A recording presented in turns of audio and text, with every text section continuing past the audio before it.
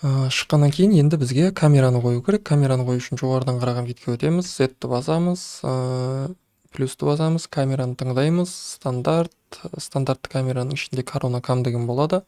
Камераның қарап тұрған бағытына бір рет кнопканы басамыз, мышканың оң жағын басып, мына камера корона кам жанып тұр ғой, осыны өшіру үшін мышканың оң жағын басамыз және Y осі бойынша астыға қарай тартып камераның бағытын көрсетеміз.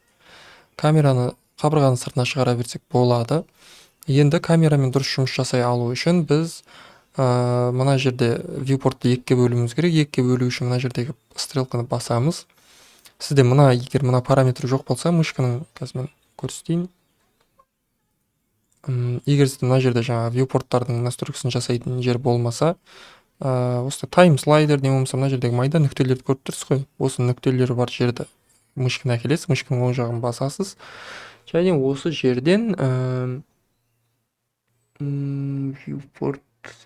viewport layout table деген tabs деген жерге галочканы қосасыз.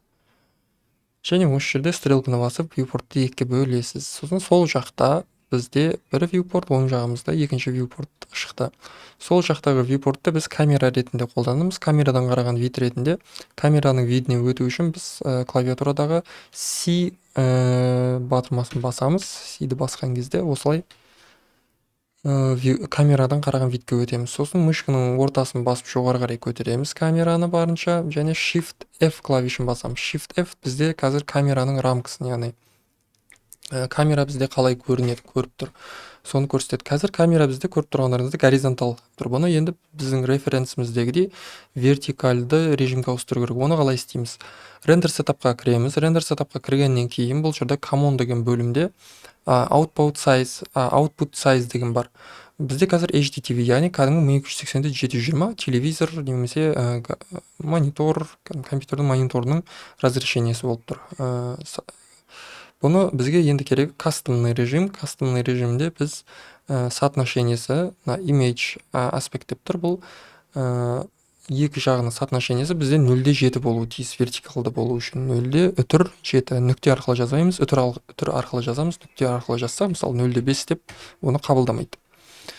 Одан кейін мына жерге замокты қоямыз. Егер біз замокты қоспайтын болсақ, мына пиксельдер санын көбейтетін болсақ, не азайтатын болсақ, біздің соотношениеміз бұзылып кетеді. Горизонтал болып кетуі мүмкін, немесе қатты вертикальный болып кетуі мүмкін.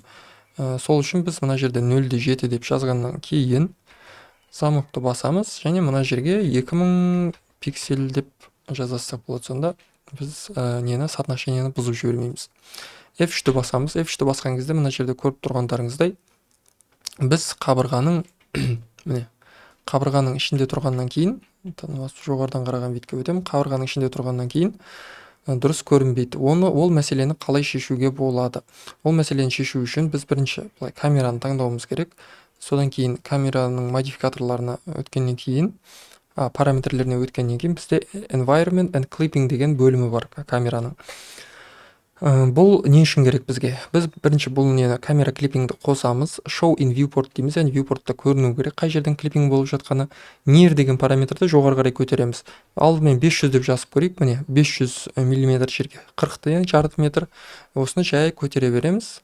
Міне сонда біз шкафтың алдына дейін алып келеміз. Міне шкафтың алдына дейін алып келдік. Сонда біз осылай камераның алдында тұрған объектілерді қырқып тастадық. Егер бұны қатты көтеріп жіберетін болсақ, міне бізде айнаны да кесіп тастауы мүмкін. Сол үшін біз барынша білдірмей осылай шкафтың сәл алдына дейін алып кетсек болғаны. Және F3 параметрін, F3 кнопкасын басып, біз мына картинаға ұқсас етіп ракурс таңдаймыз.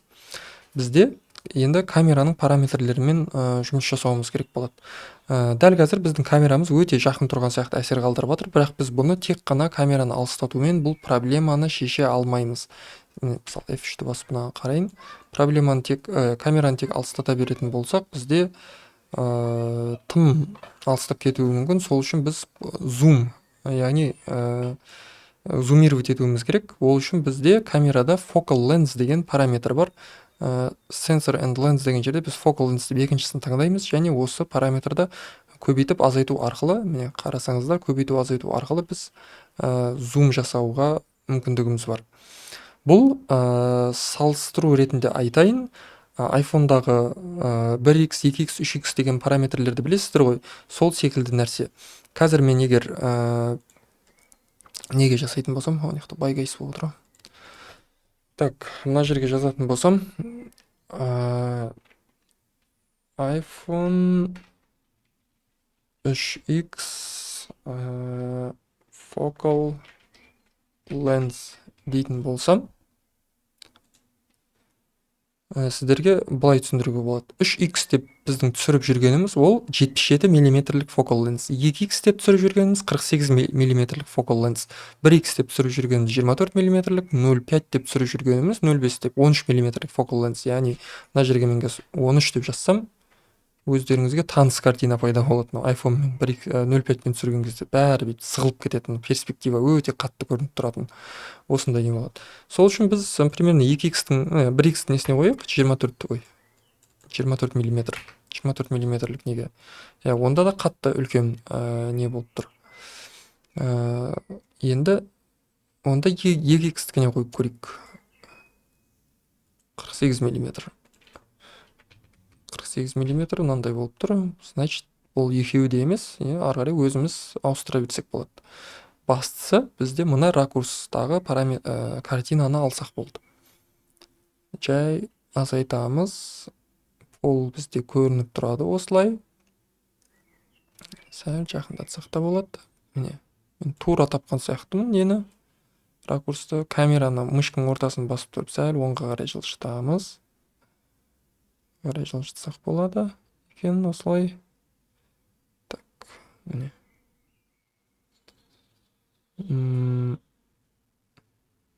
Мына ракурсты почти дәл таптық деп ойлаймын. Сәл айнамыз кішкентай болып қалған сияқты. Осылай жасай берсек те болады.